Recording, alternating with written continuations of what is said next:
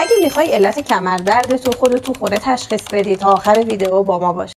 مشهورترین علتهای کمردرد بیرون زدگی دیسک کمر، تنگی کانال نخاعی، درد سیاتیک و آرتروز مفاصل ستون فقراته. میخوام چند مورد دیگه از علتهای کمردرد رو برات بگم. سندروم عضله پریفورمیس و درگیری عصب سیاتیک در بطن این عضله، سندروم کوادراتوس لومباروم، درگیری عضله مربعی کمری که اغلب دردش با درد کلیه اشتباه گرفته میشه، سندروم ایلیوسواس که درگیری این عضله در ناحیه کشاله داخلی ران و لگن رو میده و ضعف، اسپاسم یا به هم خوردن تایمینگ عضلات ستون فقرات، عضلات شکمی و کف لگن.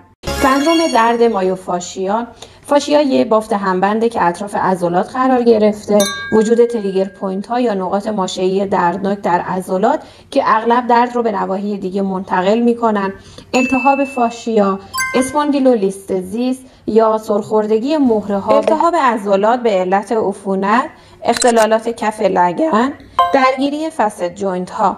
فسد جوینت ها مفاصل ستون فقرات هستند که در پشت مهره ها قرار گرفتن و وظیفه‌شون حفظ پایداری و حرکت ستون فقراته. درگیری فسد جوینت ها میتونه به علت فرسایش، افزایش سن، درگیری در آسیب‌های ورزشی و حرکت‌های ناگهانی، التهاب یا عفونت مفاصل و یا فشارهای مکرر در انجام فعالیت‌های تکراری باشه.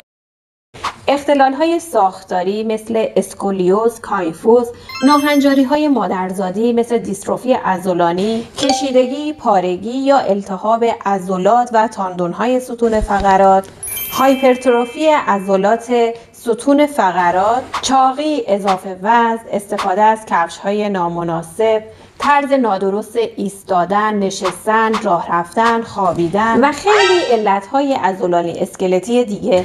واقعاً باور کردین که خودتون میتونین تشخیص بدین علت کمردردتون چیه؟